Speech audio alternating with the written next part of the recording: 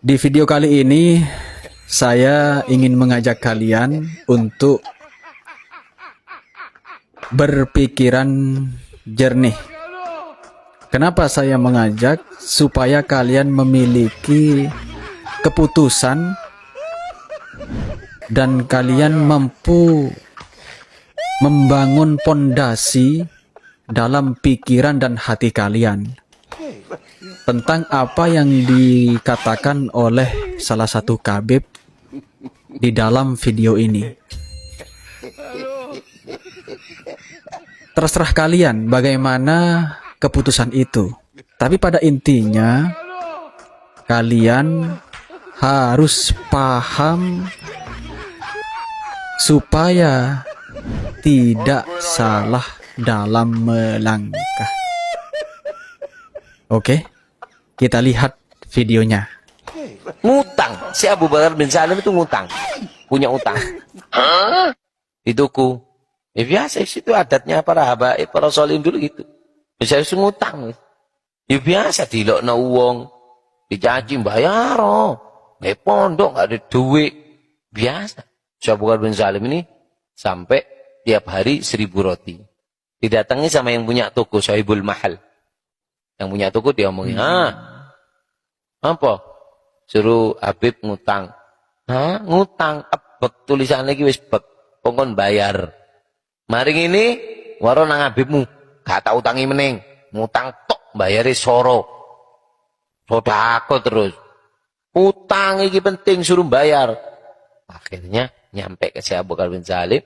Bahasanya, gal, ya Habib, gak oleh ngutang meneng, Bib.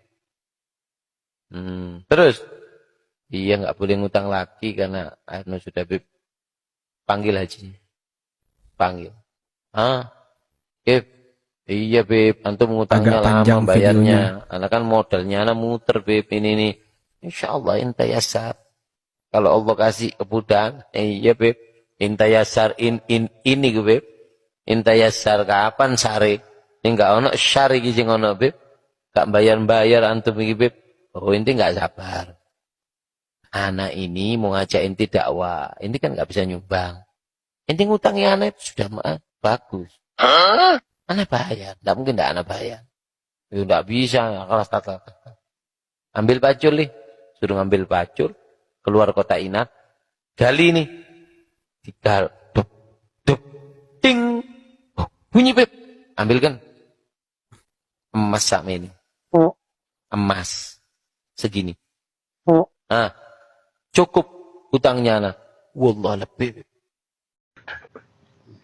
Belum sih, belum meninggal ya.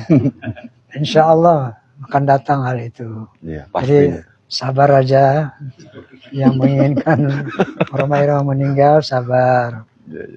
Sampai Allah SWT memanggil saya. Jadi nggak usah tergesa-gesa gitu. Nggak usah tergesa-gesa. Ya. Betul. Sabar. Ya benar. Jadi itulah sedulur TV Al-Wahhab bahwa ini faktanya, kenyataannya saya hari ini bersama beliau masih bisa bercanda.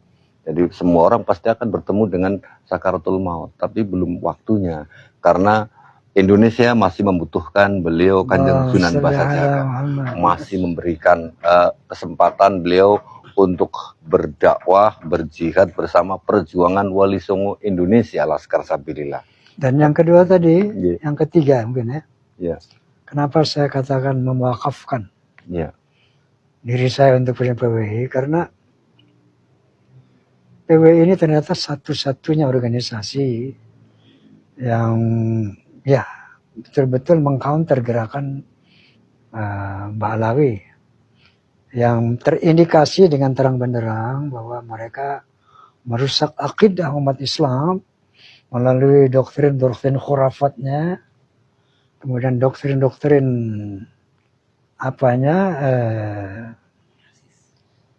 astagfirullahaladzim. Rasis, ya? Gimana? Kemusyrikannya. Khurafat dan kemusyrikan. Mereka berani mengatakan minta kepada Umar Muhdar, minta kepada kuburan. Ini kemusyrikan yang kita harus lindungi, kita harus jaga umat Islam Indonesia di alam ini. Yang kedua, ternyata ada agenda mereka yang TMS, terstruktur, sistemik, masif, untuk menguasai Indonesia. Ternyata banyak sekali kejadian-kejadian pasca mubahalah yang dilakukan oleh Gus Ahmadi atau Ustadz Ahmadi dari Tuban itu ya terhadap beberapa orang mukibin termasuk juga Pak Alawi. Dan kejadian-kejadian tersebut memang tidak pernah diekspos. Termasuk Gus Ahmadi pernah juga mendapatkan kiriman tentang pasca mubahalah dengan Badari itu ya. Itu mendapatkan kiriman video tentang betapa Badari itu dibuka aibnya oleh Allah Subhanahu wa taala yang kemudian nampak ke publik.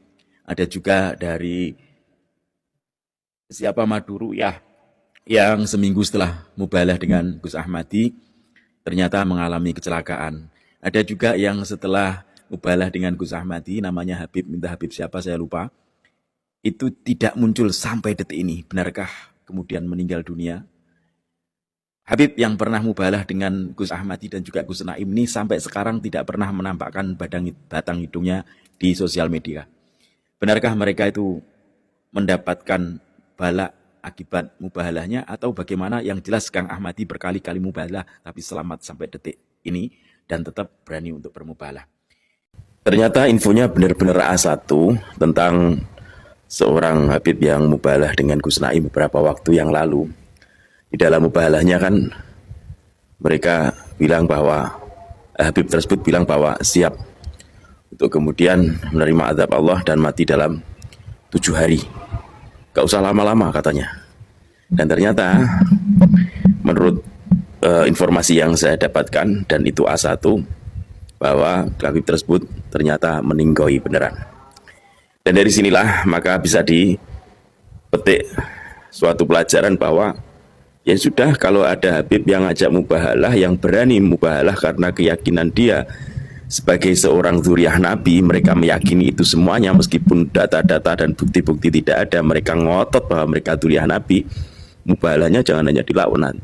Itu tadi, seorang Habib harus berani untuk mengatakan bahwa apabila saya bersalah, apabila Pak Alawi bukan dzurriyyah Nabi, apabila saya, dalam kata Habib ya, bukan dzurriyyah Nabi, maka saya siap mati dalam 7 hari. Itu kan enak toh. Atau 40 hari itu, semacam yang dilaksanakan oleh Gus Naim kemarin. Dan akhirnya Habibnya tumbang beneran. Nah kini, karena kejadian tersebut, maka Habib-Habib ini banyak takut untuk mubahalah dengan alasan ini dan itu. Dan ini terjadi pada salah satu orang yang konon mengakunya Habib sih ya. Nah, saya nggak tahu itu apakah itu Habib, apakah itu Sukibin. Yang nyata dia tidak berani untuk mubahalah. Untuk menampakkan wajahnya aja mereka tidak berani. Jangankan terus bagaimana seseorang mubahalah lewat sosial media kalau tidak mau menampakkan mukanya. Kalau besok ternyata ada seorang yang meninggal atau orang yang kecelakaan dan ternyata itu sebenarnya adalah seorang yang mubahalah tersebut, lantas gimana kita tahu? Gitu loh. Ya, mungkin takut kan.